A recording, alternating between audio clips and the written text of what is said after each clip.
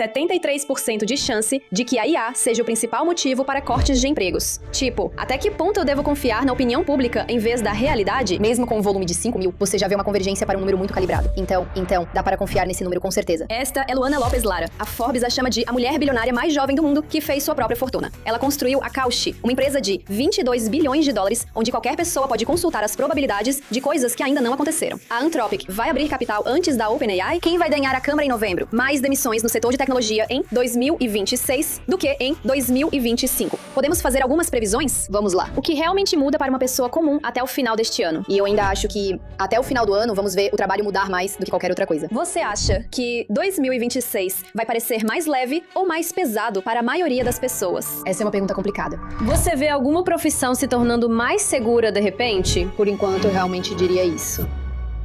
Quero dar as boas-vindas. Obrigada. Muito obrigada por fazer isso. Claro, eu fico muito feliz quando tenho mulheres no meu podcast, porque meu podcast é sobre IA nos negócios. E na maioria das vezes, quem constrói são homens. E quem assiste também. Acho que estamos em 70% de público masculino. Mas tudo bem. Isso me deixa muito feliz em entrevistar uma das mais jovens bilionárias que construíram sua própria fortuna. Você é a bilionária mais jovem que fez sua própria fortuna? Acho que sim. Eu não gosto desse título de IA. Acho que é isso. Muito, muito impressionante. E você é uma imigrante. Eu adoraria conversar com você sobre o futuro, porque no que você está construindo na Cauchy, você basicamente faz muitas previsões sobre diferentes mercados. E eu quero conversar com você sobre o que você está vendo. Tem algo que você vê na Cauchy sobre o qual não estamos falando o suficiente?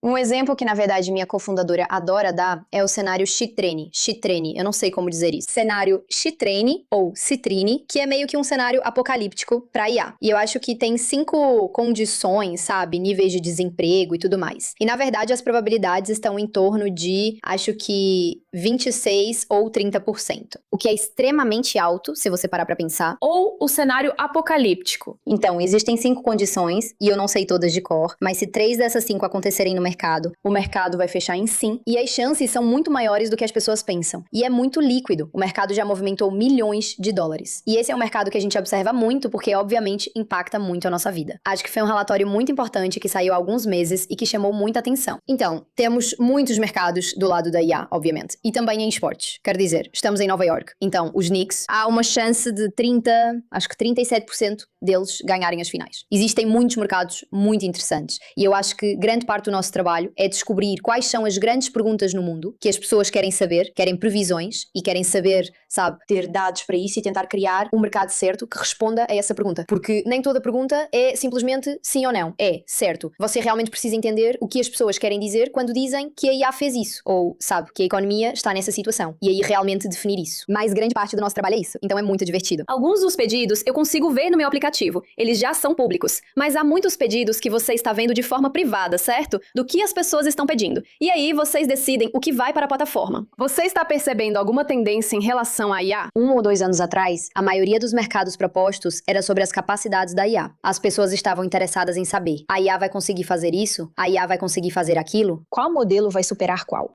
Gemini Squad ainda está em alta.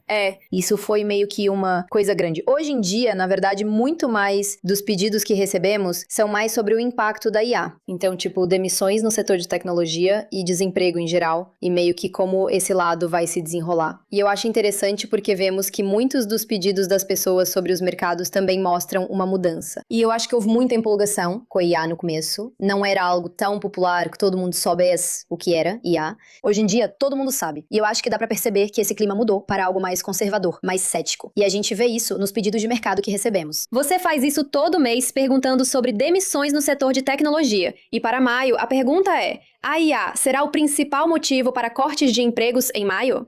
Isso, bem, tem um volume de 30 mil. É um dos mercados menores, mas ainda assim, nós fizemos muita pesquisa. Temos um braço da empresa chamado Cauchy Research, que analisa os mercados. E mesmo com, acho que, 5 mil de volume, você já vê uma certa convergência para um número bem calibrado. Então, esse número pode ser confiável, com certeza. 73% de chance de que a IA seja o principal motivo para cortes de empregos. E isso foi verdade em abril e março. Então, parece que é isso mesmo. Parece provável que isso aconteça de novo.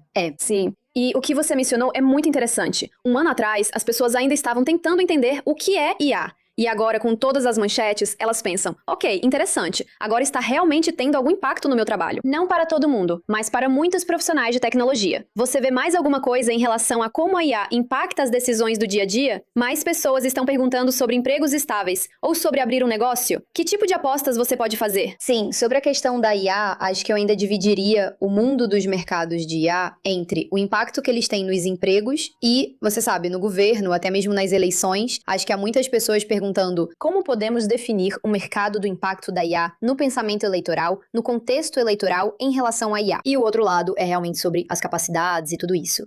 Mas nós temos muitos mercados para outras coisas também. Por exemplo, grandes, problemas matemáticos sendo resolvidos. Ou muitas coisas que estamos fazendo mais no estilo de testes e prazos de aprovação de medicamentos pela FDA. Esses mercados estão recebendo muito interesse agora. É interessante porque, se você olhar para a história dos mercados de previsão, certo? Muitas das coisas mais importantes que os mercados de previsão fazem é tentar precificar esse tipo de inovação desconhecida e questões tecnológicas que analisamos, como o futuro da IA, ou o futuro de, vários medicamentos diferentes, ou o futuro das criptomoedas ou da computação quântica. Então, nós realmente tentamos ter o máximo de mercados possível para esses temas. E agora que oferecemos juros sobre as posições e sobre o dólar que você tem na conta, faz sentido investir em algo que só vai acontecer daqui a 5 anos, porque você realmente recebe por isso os juros? Então, estamos vendo mais atividade nesses mercados. Mas esses são alguns dos nossos mercados favoritos. Eu estava ouvindo alguns dos seus podcasts e vi que algumas pessoas estão se protegendo contra riscos com IA. Por exemplo, o exemplo que eu ouvi foi sobre enchentes. Mas agora que eu estou pensando, se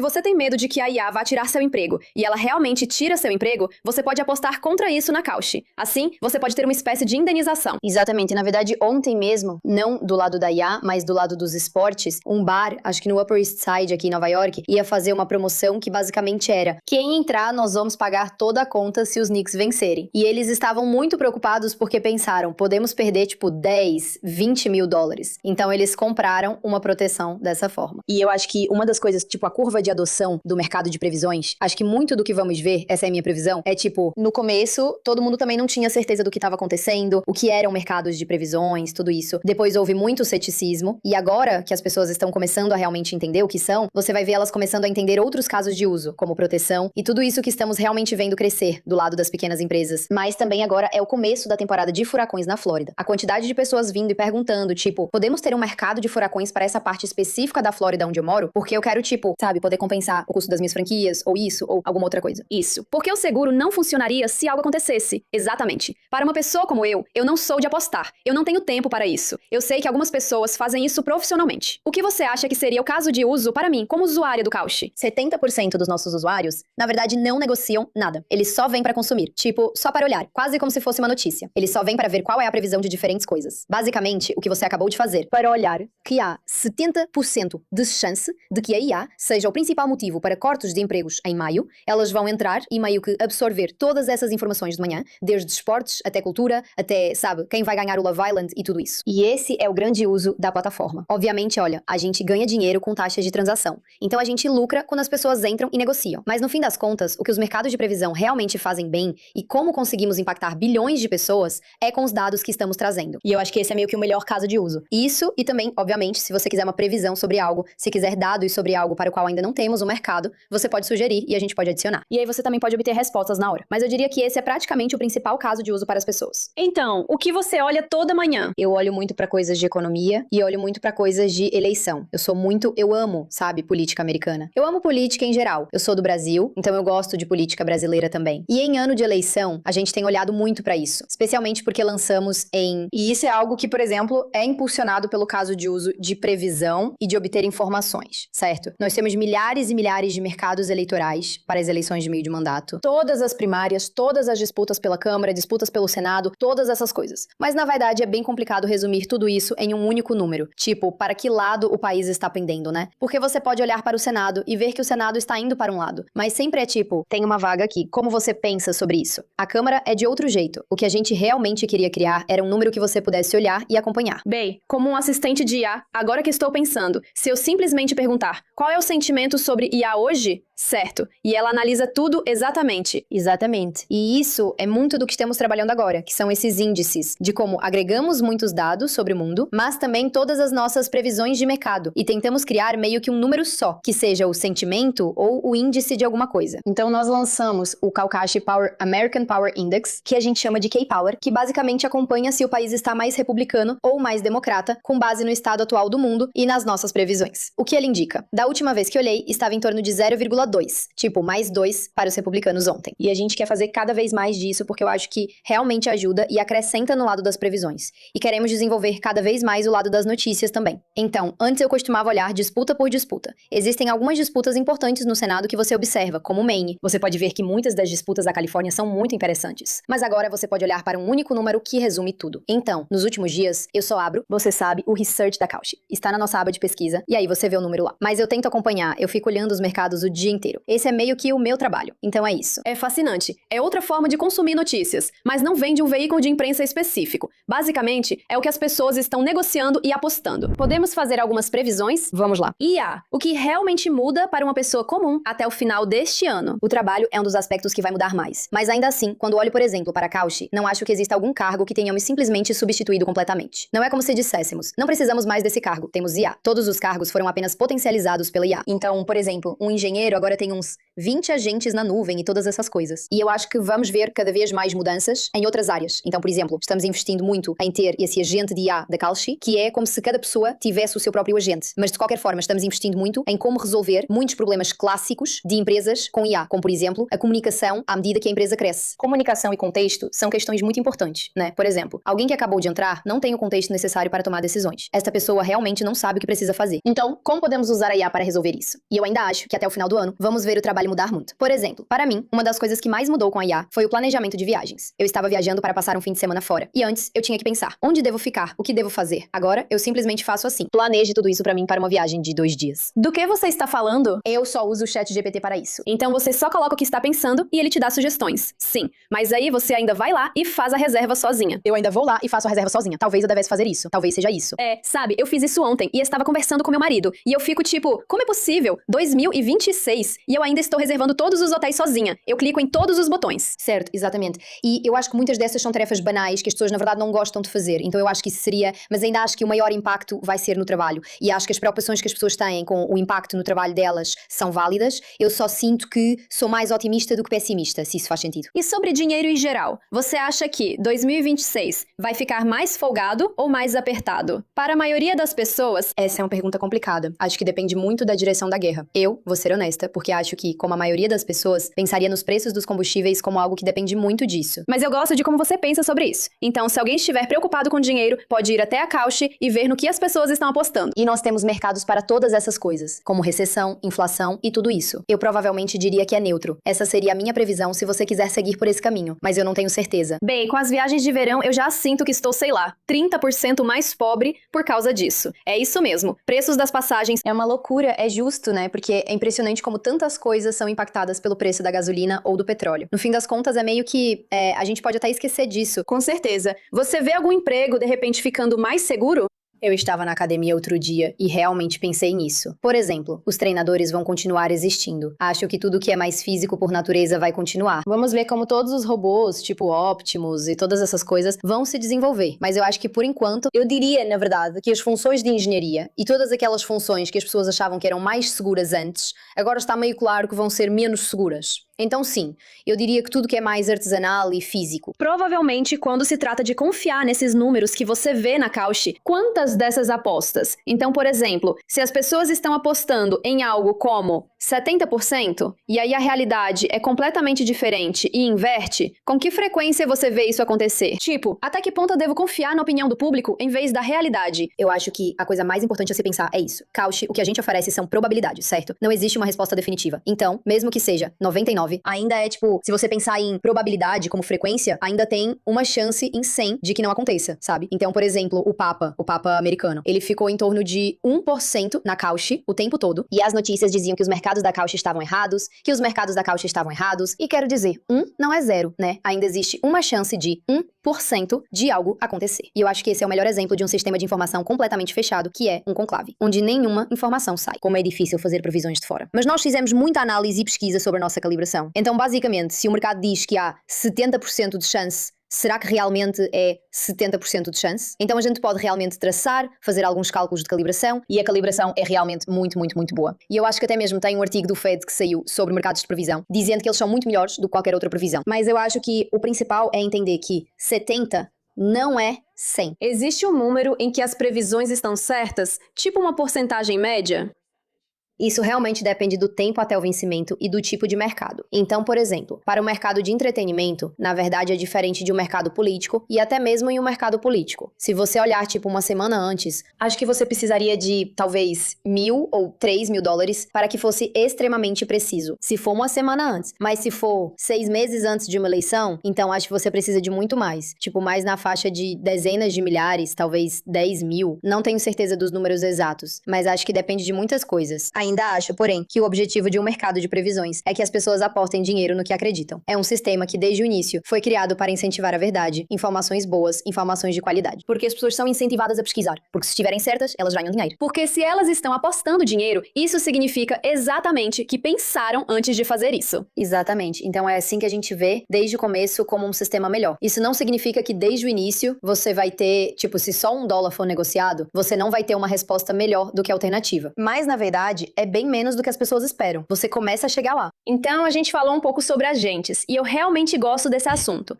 Você pode me contar como os agentes transformaram a sua vida como fundadora? Eu acho que isso transformou praticamente todas as partes da empresa. E muito mesmo. Nós somos, até ontem, acho que éramos 170 pessoas na empresa. E acho que conseguimos fazer tudo o que fazemos muito disso. Porque nós meio que construímos sistemas de IA desde o começo, desde o início, de baixo pra cima, sabe? Como a gente pensava em engenharia, como pensava em operações de mercado, como pensava em todas essas coisas. E eu acho que o que mais me ajudou foi que consigo entender o contexto das coisas muito mais rápido e consigo saber o que está acontecendo muito mais rápido. Então, consigo gerenciar muito mais tarefas e muito mais pessoas de uma forma muito mais eficaz. Nós somos muito orientados por métricas na empresa, em praticamente tudo, obviamente. Por exemplo, um ótimo exemplo são as operações de mercado, certo? Tipo, a forma como pensamos sobre operações de mercado é quase igual à forma como você pensa sobre uma fábrica, onde pensamos, sabe, no número de erros. Mas também em coisas como latência de listagem, latência de resolução, cobertura, todas essas coisas que, de certa forma, você também pensaria em uma fábrica. E como definir essas métricas, como obter essas métricas em tempo real, tudo isso é construído em cima de IA, porque é muito complicado pensar em muitas dessas coisas no contexto de mercados. Então, sim, eu acho que é assim, em toda essa parte de métricas e como a comunicação flui e é agregada na empresa, é mais ou menos assim. E fica muito mais simples pra mim fazer meu trabalho, porque eu posso simplesmente ter meus agentes na nuvem, meio que fazendo tudo o que eu preciso. Você pode me falar sobre alguns agentes que você criou para você mesma? Algo que qualquer pessoa que trabalha com conhecimento também poderia implementar para si mesma? Bem, uma coisa que eu acho que pode ser útil para muito mais pessoas é algo relacionado ao planejamento semanal e ao acompanhamento do andamento das coisas. Eu acho que é assim, como a gente recebe atualizações de toda a empresa, como acompanhar o que foi atualizado na semana anterior? Sinalizar o que está indo bem? O quê? O que não foi feito? O que já foi feito? Como vocês coletam todos esses dados? Vocês usam alguma ferramenta? Cada funcionário tem seu próprio agente? Tipo, como vocês reúnem tudo isso em um único banco de dados? Sim, essa é uma ótima pergunta e eu acho que a gente deveria perguntar para os nossos engenheiros. Eles saberiam responder melhor, porque tenho muita sorte de eles conseguirem construir muitas dessas coisas para mim nesse sentido. Tipo, está conectado a tudo que a gente faz. E-mails, documentos, Slack.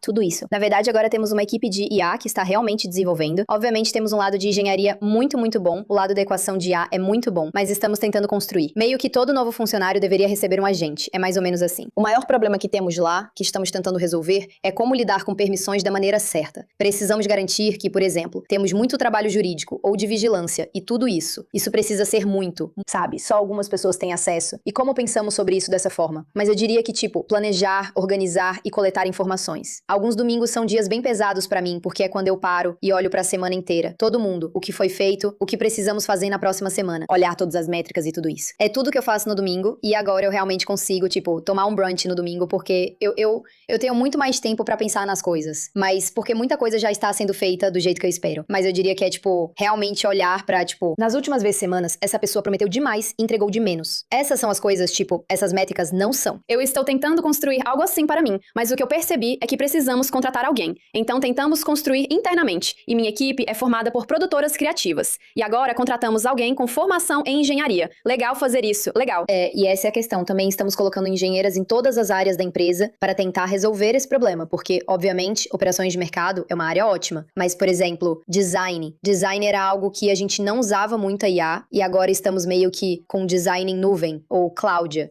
Sim, mas também estamos tentando entender melhor como podemos capacitar quase todo mundo a ser designer de uma forma melhor. Obviamente temos um sistema de design e todas essas coisas, mas se uma engenheira quiser simplesmente lançar algo, como realmente construímos algo assim? Ainda estamos definindo isso. Mas não é só isso. Agora, com o sistema de design, você consegue lançar e experimentar muito rápido. Mas como realmente, tipo, fazer isso de uma forma excelente desde o início? Porque eu sinto que esse é o objetivo do design, certo?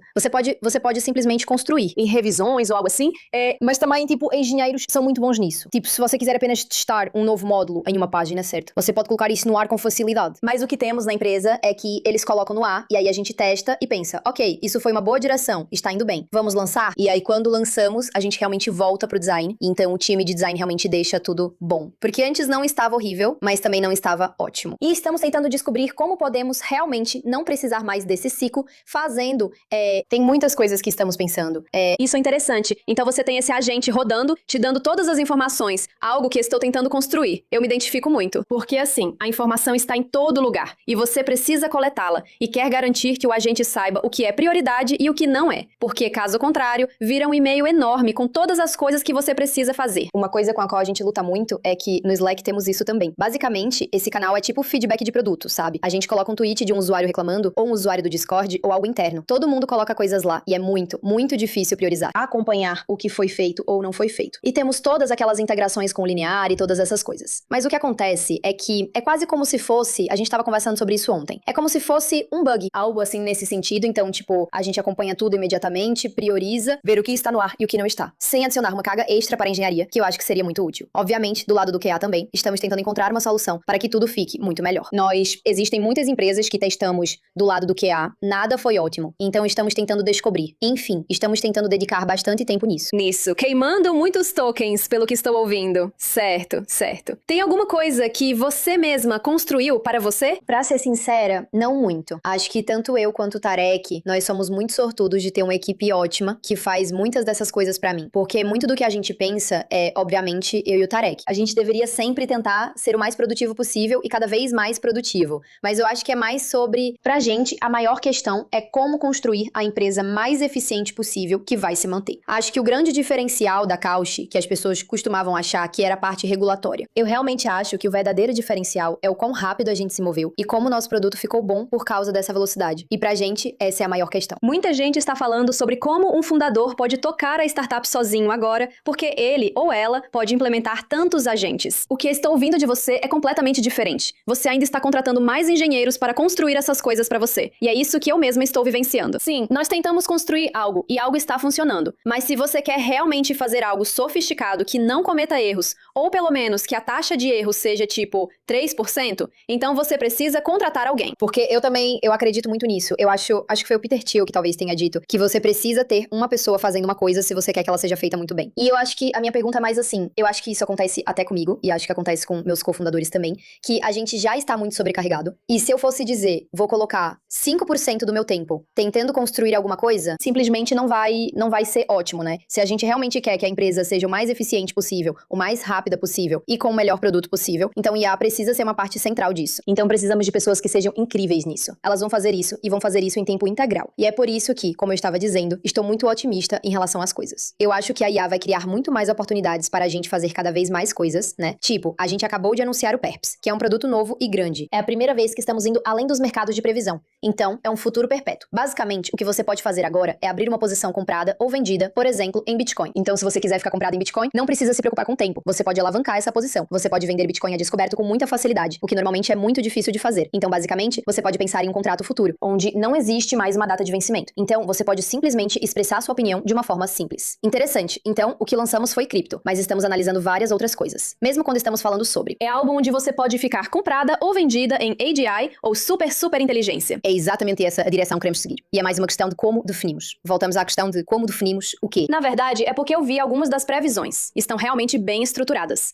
Eu penso, isso não é um sim ou não. Isso é algo como, isso acontece antes desse dia? Ou essa quantidade antes daquele tempo? E é por isso que queremos tirar o componente de tempo. Assim, por exemplo, se você está comprada em IA e definimos exatamente o que isso significa, você pode simplesmente ficar comprada para sempre. Até o momento em que quiser dizer, não quero mais ficar comprada. E essa é a sua alternativa a investir em empresas de tecnologia, certo? É meio que uma opção. Sim, porque, sabe, esse é um dos motivos pelos quais fundamos a Cause. É tão difícil. Tipo, se você está comprada em IA, pode dizer, ok, vou comprar ações da Nvidia, vou fazer. Mas é muito difícil porque há tantos outros fatores que impactam todas essas ações. E o que os mercados de previsão, ou o que nós construímos, o que nos empolga e sobre o que é a Cause, é que queremos que, seja qual for a sua tese, você consiga apostar nela. Sim. Então, não é como tentar diversificar entre esses data centers, por exemplo. Então, você simplesmente consegue fazer isso. Por exemplo, lançar contratos perpétuos teria sido possível se não tivéssemos IA no estado em que está agora.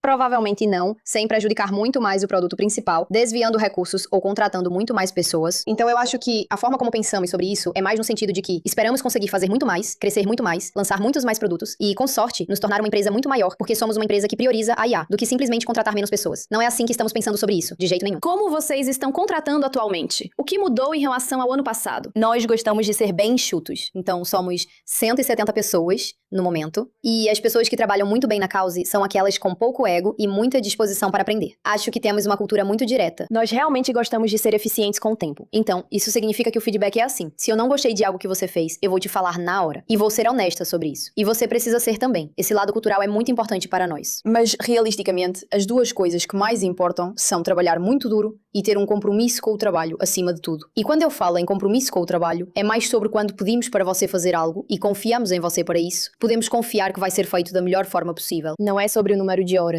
Não é sobre essas coisas. É sobre IA também? É, mas no lado da engenharia. Na entrevista de engenharia, nós investimos muito tempo nisso. E em, tipo assim, agora você pode usar IA nas entrevistas e não tem problema nenhum, e tudo isso. E na verdade, em muitas das revisões de sistemas que fazemos, entrevistas sobre revisão de sistemas, ou revisão de projetos anteriores, isso é um componente importante. Porque agora muitas das coisas que costumávamos analisar, tipo, 2 anos atrás, como alguém realmente consegue fazer isso ou aquilo, mas agora, tipo, tanto faz. Isso simplesmente não é mais relevante. Agora estamos realmente falando sobre design. Eu te disse que estamos tentando focar cada vez mais no descobrir como usar IA de uma forma melhor no design. Nas nossas entrevistas de design, estamos começando a perguntar: essa pessoa já usou bastante IA? Então, para expandir isso para design? E quanto ao trabalho intelectual? Menos. Então, na verdade, precisamos fazer uma coisa. Engraçado, na equipe jurídica estamos começando a fazer isso bastante também, de perguntar, porque temos tantos, sim, casos e litígios, estamos começando a perguntar muito mais: como você usou IA para isso? Como você usaria IA para aquilo? É menos sobre, e isso meio que volta para a disposição de aprender. Acho que não é tanto sobre eles terem as respostas, ou já terem usado para fazer algo incrível antes, mas mais sobre eles estão dispostos a tentar. Porque nós temos, de novo, com a nossa equipe de engenharia, o que estamos fazendo é meio que colocar o grupo de IA, tipo, no design, e depois eles vão para o jurídico e tentam, tipo, como podemos ajudá-los a fazer isso. E a gente só quer que as pessoas tenham a mente aberta e, tipo, a resposta é que o jeito que elas trabalhavam antes não é o jeito que vamos trabalhar na Cause, e nem o jeito como o mundo vai funcionar. E só precisamos que elas estejam abertas e tenham um pouco ego pra perceber, tipo, aquilo que eu achava que era muito boa, na verdade, eu nem preciso mais fazer. Mas é engraçado porque eu acho que muito do que eu e Tarek pensamos o tempo todo é isso. Você sempre tem aquela sensação de, sabe, como as pessoas dizem, você sempre sente que não está trabalhando o suficiente. Para a gente, é mais como se não estivéssemos usando IA o suficiente. Precisamos sentar e pensar em como fazer isso. E é por isso que foi importante pra gente ter essa equipe na empresa fazendo isso. Assim, tem alguém pensando nisso em tempo integral, o que obviamente a gente não pode pagar pra contratar. Bem, isso faz todo sentido. Você parece muito inteligente. O que você construiu é incrível. Como mãe que está criando 2 filhas, você pode compartilhar alguns dos seus princípios ou algo que você acha que esteve presente na sua criação